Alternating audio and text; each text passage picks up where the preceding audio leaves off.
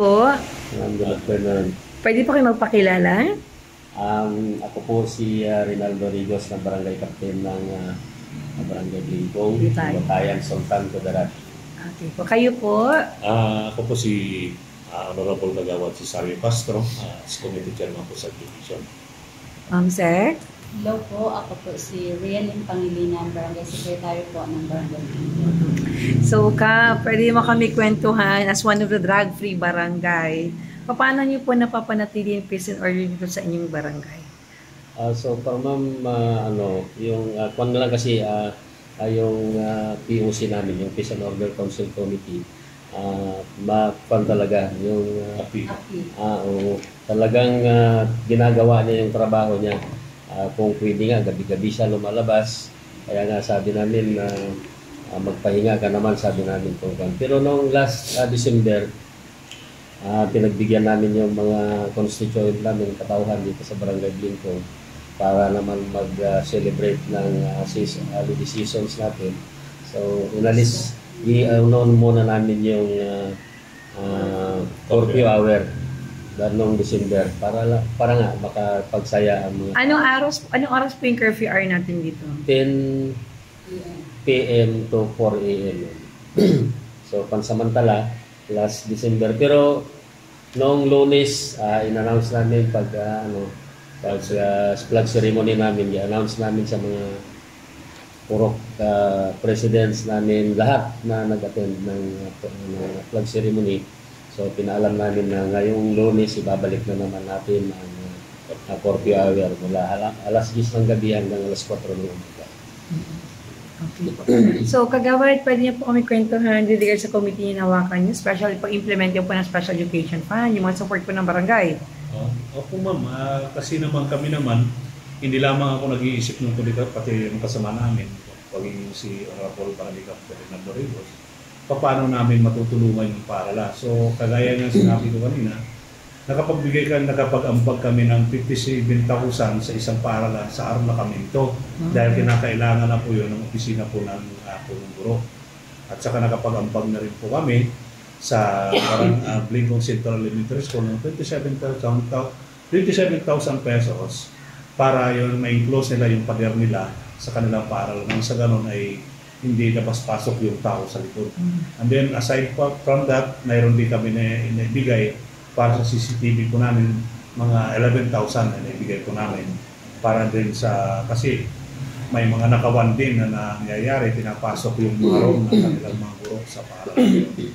At maging dito rin sa isang paaralan na sakop pa rin ng Barangay Blingkong, dito sa Kibido Baptist Elementary School, nakapagbigay rin kami ng 7,800 para tulong na rin yon sa kanilang paaralan as Brigada Eskwela. Ganun din sa lahat ng paaralan, aside sa inibigay namin sa kanila sa Arla Caminto at sa Blingkong Central Elementary School, binigyan din namin sila ng 5,000 para sa Brigada Eskwela. Okay. So, Ma'am Secretary, karagdagan po? Marami pa pong plano ng mga projects. Tapos, nung last year, na-renovate din po itong namin. Tapos, nung last December 30 lang, na-repaint din po itong barangay. Dito lang sa loob. So, pwede po kami kwentuhan yung mga tulong na binibigay nyo sa inyong mga kabarangay po? Sa mga kabarangay po namin, ang mga naitutulang lang po namin kasi yung mga karamihan dyan, yung mga halimbawa, umihingi ng tulong. So, di pa din namin sila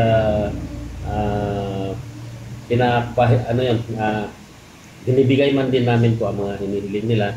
Then, so sa mga patay, halimbawa may mga patay, nagbibigay talaga kami ng mortuary. Pero hindi mortuary, pero galing po sa honorarium namin. Ikaltas namin sa honorarium, then hindi po galing sa IRA, kundi sa honorarium namin. Pinag-ambag-ambagan namin, din ibigay sa namatyan. Wow. Saka nag-akuan din kami doon sa nag-inquire din kami sa DA kung kailan sila magbigay ng mga pinhi, magbigay ng abono at saka yung coupon, yung coupon ng ano na, yung voucher voucher ng abono. So, yan ma'am, kapag may signal na sila doon na magbibigay sila, pinapaalam namin sa mga tao, then pinapalabas sa group chat. Wow. So, ano pa yung gusto nyong gawin dito sa inyong barangay? Ano pa yung plano ninyo dito sa inyong barangay? Marami po, kaya lang maraming plano, kaya lang limited ang funds. So, please grab the opportunity na marinig ng national government. Ano yung gusto nyo iparating sa kanya, gusto sa kanila, ano gusto nyo hingiin na tulong, especially po sa ating Presidente Bongbong Marcos? Kay Presidente Bongbong Marcos, mga gusto, kung pwede po, dagdagan niya ang mga ayuda na binibigay niya. At saka, ang importante po yung presyo po sana ng palay. Kasi ang ang mga produkto po namin dito sa Barangay Blingkong, Locayan, Sultan Kudarat ay palay. So, ang mga farmers po, kailangan talaga nila ang mas mataas na presyo ng palay at murang bilihin, murang abono. Yun po sana. Sabagay, nagbibigay man din ng ayuda ang gobyerno ng mga abono, binhi. Pero mas gugustuhin namin na mas mura pa sana mga bilihin. At saka ipagpatuloy nila yung programa ng DE through NIA na yung murang bigas, yung sa kadiwa nila.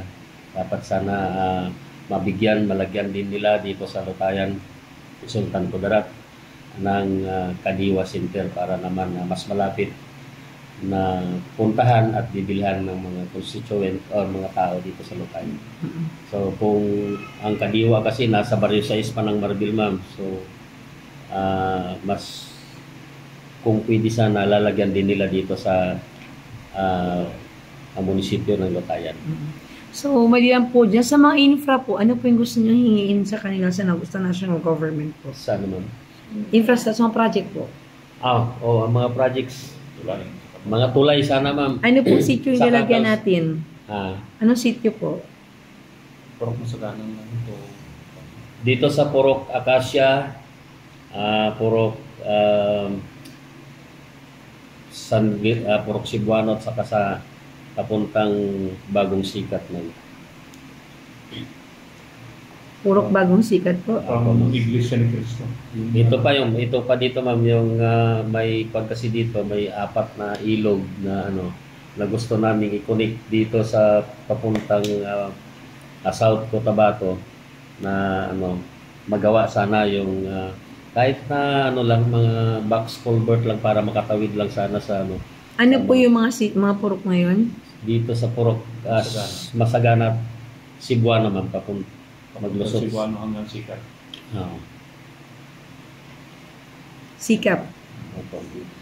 Saka Bagong Sikat. 3 purok po. 3. Ba sabi niyo 4? 4 pati yung Purok Acacia, ma'am. Purok Acacia. Maliban po dun, meron pa? Sa mga sana, ma'am, kung farm to market road namin dito sa boundary ng Tamnag at saka Blingkong, sana maipatuloy namin yung nasimulan na namin na pinormal lang namin na kalsada, farm to market road, kasi mahirapan talaga yung mga farmers na magpalabas ng kanilang mga produkto. Ilang kilometers po ito? Mga siguro 1.8 siguro or 2 kilometers siguro magpapunta. Maliban po doon, meron na? Meron pa?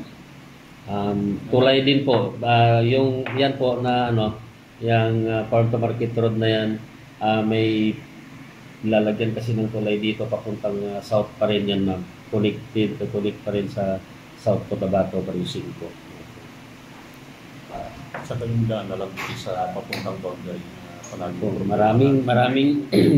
Maraming kalsada po na gusto namin sanang sige po, panggitin po niyo, isa-isa po natin. Yung doon sa may papuntang Purok Hari, na kalsada na binabaha. na binabaha. Doon kasi ang prone ng baha, yun lang na purok, yung purok hari ang nababaha talaga. So gusto sana naming may improve yung kalsada doon, mapataas para sa ganun hindi na makaakyat yung tubig pag galing kasi sa Kaplan, ma'am, yung tubig doon sa Baru City, South Cotabato.